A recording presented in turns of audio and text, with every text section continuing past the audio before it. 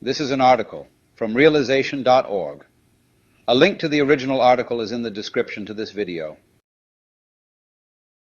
3 Accounts of My Awakening by Richard Rose.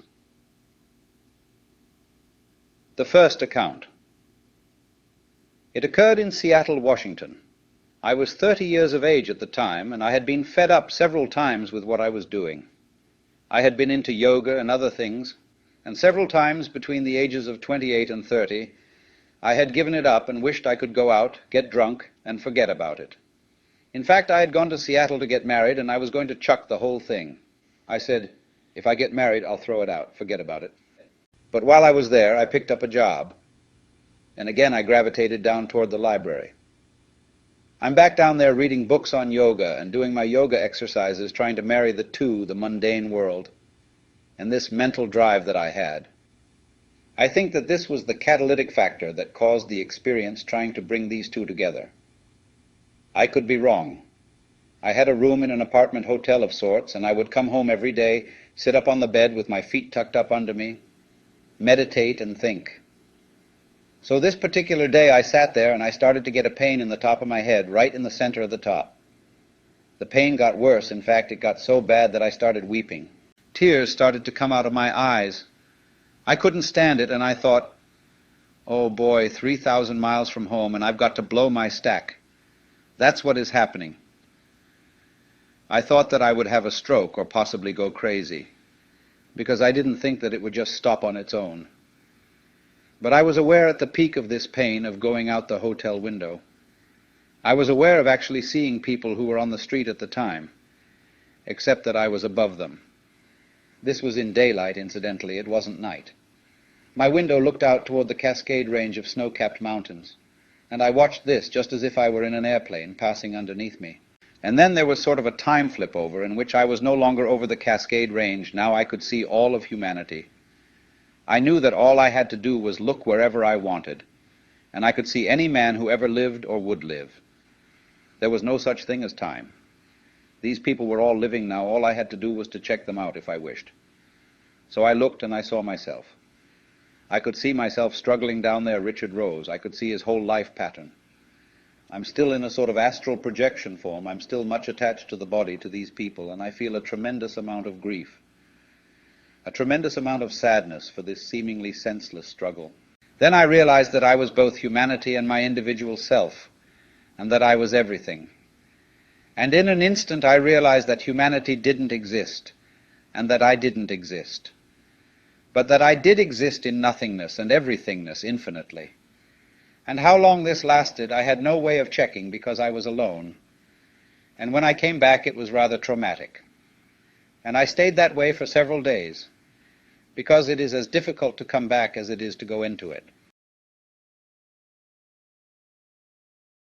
The second account. The second account comes from a transcript of a lecture Rose gave in 1984. Question: would you describe your experience? Rose: what do you think it will do? Question: I would just like to know. Rose: I don't mind talking about it, but it could be fairy tales. It's something I can't validate for you, and I don't know that it's something that somebody should copy. The bad thing about it's just like reincarnation. Many of the teachers of the East, when you approach them about the idea of reincarnation, to them it immediately is an excuse for procrastination. This is one of the dangers of it if you become convinced, or if enough people tell you that there is such a thing as reincarnation. I had a Rosicrucian write to me one time, and he said, oh, you're fretting about self-definition. You've got hundreds of lifetimes ahead of you. Now, how does he know that? How could he presuppose that there were hundreds of lifetimes? He couldn't remember the last one, perhaps. Again, I say some people have, but it's more or less the ones that have. It's more like a dim scene, or like something you'd see in a movie, not with really specific details. But what happened was, at different times, I started on this rather actively. I started off in a seminary, and I came to the conclusion that the people there were also hypocrites, running an institution that was not necessarily truth-directed. So I checked out after a while, and I went back to high school and went to a couple years of college and studied chemistry. Then I decided that a lot of this stuff was nonsense. and it would just be in the road of me putting full time into studying psychology. I didn't know what door to go to, so I started off through the psychological door. Then I ran into some books on Raja Yoga, and I tried everything. I lived a totally ascetic type of life. I quit eating meat, I didn't smoke, I didn't drink coffee, I stood on my head a bit and sat in poses and that sort of thing. And after a few years went by, it seemed like utter nonsense. And sometimes I would decide to throw it all over. I would have gotten drunk, but my body wouldn't stand it. So back to the drawing board. Or I'd think the smart thing for me to do before all my hair falls out is to hunt a girl up and get married. Because that's the pattern in this rat race. And I might as well at least give some children a chance to do something. So I'd go out and I'd look for a girl, and she'd tell me off. There was some guiding power there all the time, protecting me, but I didn't have sense enough myself, letting something else get in the road. But anyhow, I was in a high state of frustration at different times, because I felt I was a real fool. I had no tangibles. When you deal in this, there is nothing tangible to go by, that you're making any step at all. You're just struggling like a worm underneath somebody's foot, that's all. And the exigencies of time and life are the feet. But I kept at it. I went out to Seattle, Washington with the idea of getting married. Again, I was going to chuck it all and get married. I'm not going to get into that part of it because it's a nasty story. I didn't get married. The girl and I fell out. I was staying in a Japanese hotel out there, and I went back to the hotel. I had a job, and I worked every day, and every evening I would come home from work and get into this posture with my feet under me and sit there and think. The only meditation is what you devise for yourself. The best meditation is just to look at yourself. Why did I think this, or what should I do more dynamically tomorrow? And I got a pain in the top of my head. It was unbearable. And I thought, oh boy, 3,000 miles from West Virginia, and this is where I have a stroke. That is what I thought was coming on. Well, I went unconscious to a degree, in that I lost the body on the bed. It was daylight yet, because I worked at night and I was home during the day. And I went out the window, out this hotel window, and I could see the people on the street, just as clearly as if everything were just as it was. But looking out my window, I could also see snow-covered mountains. I think they're called the Cascade Mountains. And the next thing you know, I was above the Cascade Mountains. I was gaining altitude. And when I looked down, I was watching this all the time I was going. But when I looked down, the whole scene changed. I had lost this whole dimension. And that's when I saw. The mountain became just piles of humans, millions, struggling, trying to get a little bit of altitude. And then I experienced nothingness. I found oblivion. And it was really a shock. I thought, oh boy, you wanted the answer, and it's nothing. But in the middle of that, while I was doing this, while it was happening, I knew I was watching it. And then I realized the watcher.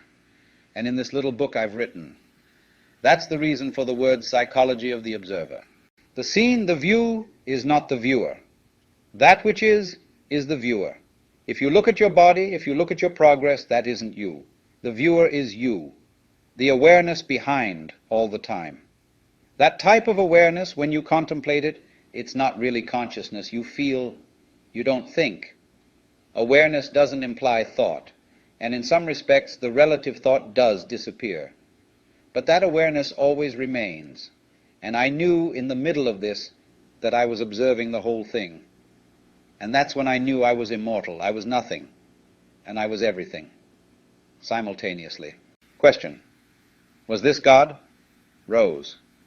I felt that if this is God, he'd be lonely. Question. Was this a death experience? Rose.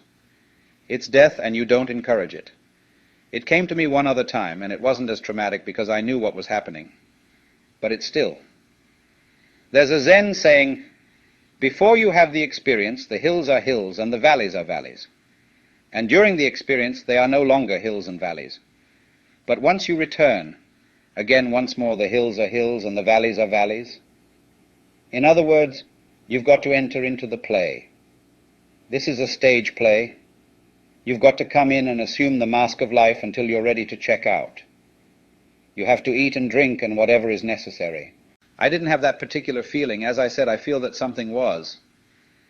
It may have been an anterior self, because I didn't choose to return. The only thing was, I said that I was very angry. I had an angry period from the time I was a kid until I was 30 years old about the lack of truth available to people, about the phonies. And young people just generally quit looking. They say, to hell with it. There are too many lies to trip over. There are too many books that are phony to read. And they never think of looking inside themselves to find it. And even looking inside yourself takes help, just like I'm talking now. If that doesn't inspire somebody to look inside themselves, I'm wasting my time. Hardly anybody does it alone. Even myself, when I was looking, I read books. I read everything I could get my hands on, but I got a surprise. None of the books told me I'd find what I found, but I found myself back on that bed, and I wasn't too happy about it. It was a very miserable experience coming back. Yes, you might call it that. The valleys are once more valleys, but you're never quite the same. That's the reason I hesitate to talk about it. When I first came back from Seattle, I talked with Andy's mother and dad about this happening. And the funny thing about this is, his dad is a very extensive reader in Buddhist philosophy, and he knew a tremendous lot about books on the subject, and he had a hunch about what had happened. But his mother made a remark I'll never forget. She was just a young one at the time. I don't think she was over 20 years of age. She said, "Dick, I think you lost your ego." I didn't realize this until much later. That was the procedure, that my egos had collapsed. I think I had help. Something worked on my head to kill me, so to speak, to kill the mundane mind. The mind has to die. What causes the pain? I don't know. And I don't know about other cases. I've heard just fragments of stories. Incidentally, there's a categorization. After years and years of studying other cases and wondering why they were all so different, I found out that they aren't different. They fall decidedly in certain categories. And if you ever run into a little book by Ramana Maharshi in which he describes samadhi, Kevala Samadhi and Sahaja Samadhi. Kevala Samadhi is cosmic consciousness. There's a book written by Richard Buckey, Cosmic Consciousness, in which he describes that experience, which is not Sahaja Samadhi. I had the cosmic consciousness for about 7 years in my 20s. Everything was beautiful. And I realized that the world was beautiful, but I was getting ugly. I wasn't learning anything. So I knew I had to get away from the intoxication with the mundane harmony. The blueprint is harmonious. If you don't mind the fact of the predators and the victims, the pageantry of eat and be eaten in the beautiful world, everything's being eaten and destroyed and killed and slaughtered, etc. Still, it's a very beautiful pattern. The grass is green in the spring because a lot of things die. But I think the pain. Rose is referring to the pain in his head that preceded his self-realization. Basically comes from physical reaction to the mind being taken out or disconnected from the body, that's all. Of course, when I tried to find somebody who knew something about it, I looked for years. I found very little mention of it except in St. John of the Cross. I don't know how far John of the Cross went. He had an illumination when he was in prison. But a lot of people have had the different illuminations. Under stress, times of death, sometimes before a firing squad. It will happen. In times of tragedy, thinking is forced. You have to think about it, and the mind is opened up. But there was physical pain. I got out of the body far enough. The circulation in the head might have been down, I don't know. And people have asked me this, but I never thought to time it. I don't know how long I was out. I was alone at the time. Questioner: was there pain when you came back into your body? Rose: the pain was when I was leaving. The pain got so intense that I left my body. Questioner: I have astral projected and never experienced any pain. Rose: see, this is something a little different, I think, from astral projection. Because I have projected astrally and didn't have too much trouble. But this seemed to be something tremendously different. Most astral projection, if you notice, is limited to the geography here.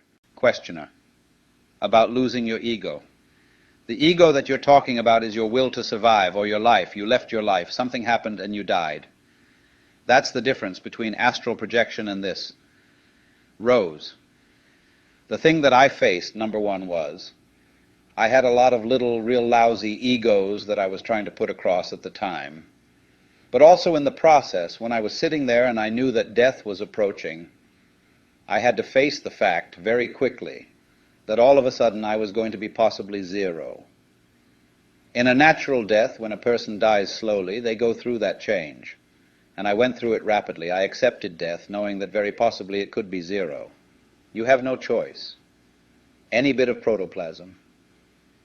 Animals do the same thing when they realize that they're going to be killed. Nature has the sedative. Questioner: this was a mental thing that happened to you, and you mentally accepted the fact that you were dying. It felt reasonable to you because this is what life is about. Rose: yes. The total absurdity of one and the inescapability of the other. Everything just like dominoes. The whole thing went down very rapidly. Questioner: you just can't do that on the spur of the moment. Certain things have to fall into place. Rose: I couldn't bring it about, no. I don't particularly think that I'd care to. I know there's a difference between whether I astrally stepped out of my body and went to see somebody I knew. That would be a nice little trip, but I would say also that a bus ticket is cheaper. It's not as traumatic to go through this. You can't plan it. There's no way you can plan it, because you'd have to put yourself in a state of mind in which you would be beyond relativity, beyond concern. The third account. There is an account of an experience in the 3 books of the Absolute appended to the Albigen Papers. It was written over 20 years ago. The experience described had all the symptoms of sorrow and despair which changed as I progressed in the experience. I tried then to convey the unusual conviction that settled upon me, and do not think that it can ever be said better with any other words by me. It happened when I was 30 years of age.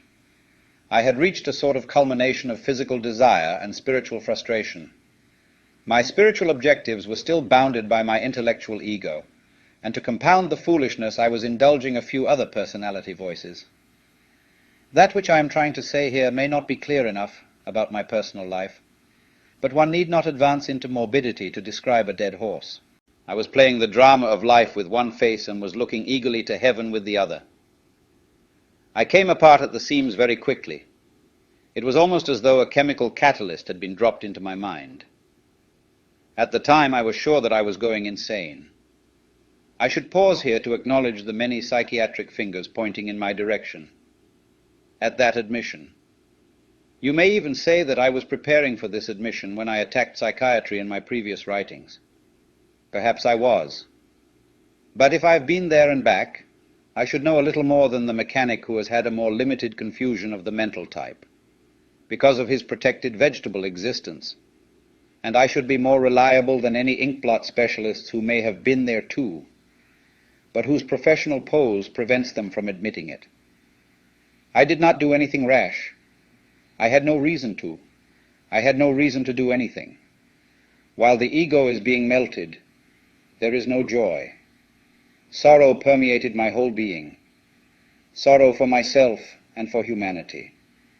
The distress became almost unbearable, and it came upon me from the field of my mind, not from emotion.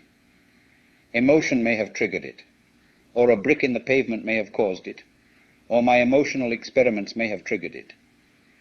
However, once the catalyst started the change of mind, absolutely nothing mattered. I had no attachments beyond myself. Once I became more deeply.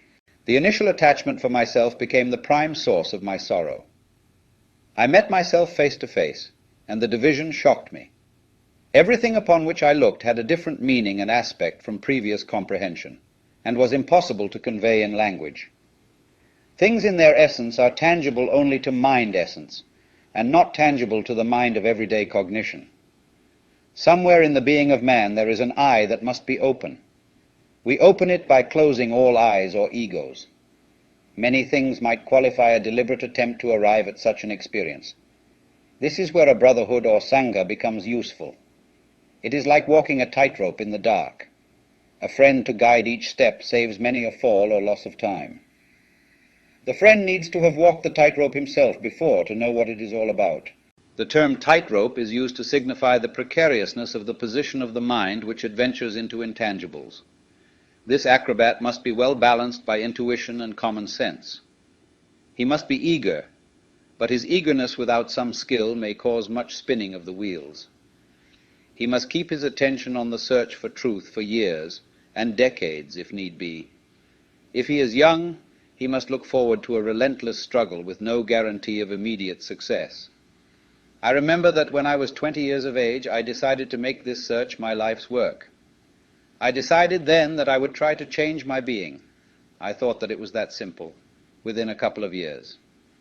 However, I was determined that if it took my entire life, and if at the end of that life I had still failed to pierce the veil, I would be nevertheless more satisfied than if I had never tried. I thought that I had a powerful mind those days. I mistook a healthy body for a dynamic mind. I found myself able to decide on plans and carry them out.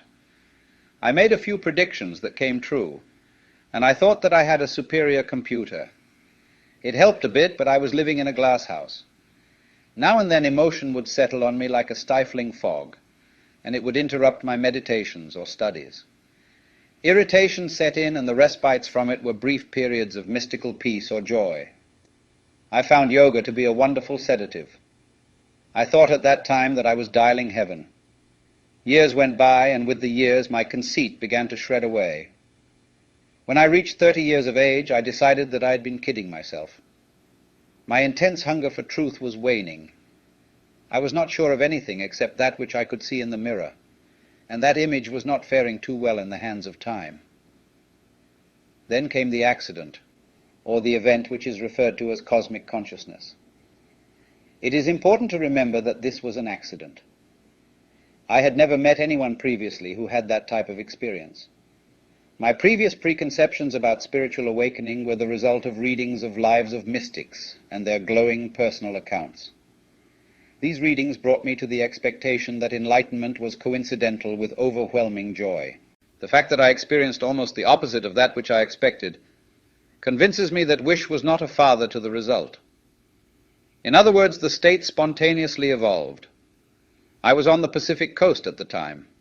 I hurriedly left for Cleveland. I had a friend there. I did not wish to go home in my stunned condition. I remained relatively stunned for several weeks. The world was still a very strange place. The people moved about like robots, but gradually they became people again. Then I found a kind of gentle amusement in the apparent foolishness of their aimless scrambling. I took a job in Alliance, Ohio, and rented a room there. My friend had moved there from Cleveland, and he managed to get me a job with the company that employed him. I do not think that his recommendation of me added any to his prestige with the company. I did not care for the future of the company, and that is not an attitude conducive to social harmony in a research laboratory. My objective then was to write a poetic book. The physical world had now become very beautiful to me. It was as if I had died and had come back to life, to a drama with new meaning. Actually, I was losing contact with the motionless condition imposed on me by my momentarily becoming part of motionlessness. Motion was once more enchanting. A rose was once more a rose. I came home from work each day and propped myself up in front of a typewriter. I thought that I had a message of joy and beauty for the world. Then one day I began to write my feelings about the strange experience. Previously I had avoided writing anything down because I felt that there was no use in trying to describe it or account for it. I used an emotional medium to describe that which ultimately was without emotion, that which gave way to nothingness. I called this writing the 3 books of the Absolute. They were written automatically. They were not composed. I just began writing, and my thoughts flowed through the typewriter. I did not realize completely at the time that my experience came under any mystical category, or had any label known to the general public. I read the 3 books of the Absolute to my friend, and he was impressed by them. But then he was impressionable, or so I thought. I filed them away because I did not encounter many people who were interested in the apparently temporary derangement. Between 5 and 10 years later, while working with a psychic research group in Steubenville, Ohio, a thoughtful lady gave me a book called Cosmic Consciousness by Buck.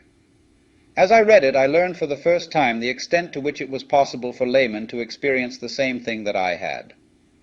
By laymen, I mean people with no religious affiliation or mystical discipline. The layman, in fact, may be better able to encounter the experiences needed to bring about the grand experience more so than a cloistered monk.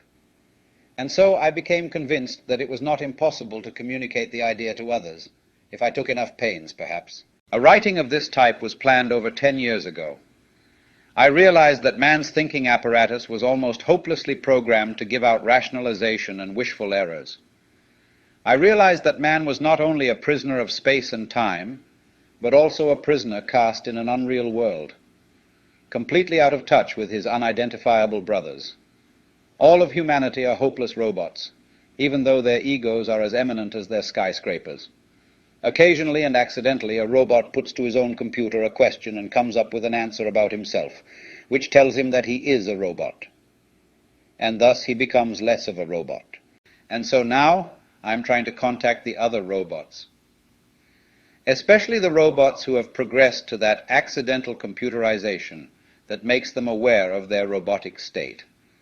I have seen this theme portrayed in science fiction stories, and marveled at the hint of truth in them, and wondered about the authors of some of those stories. Could they, too, be trying to give the robots a hint?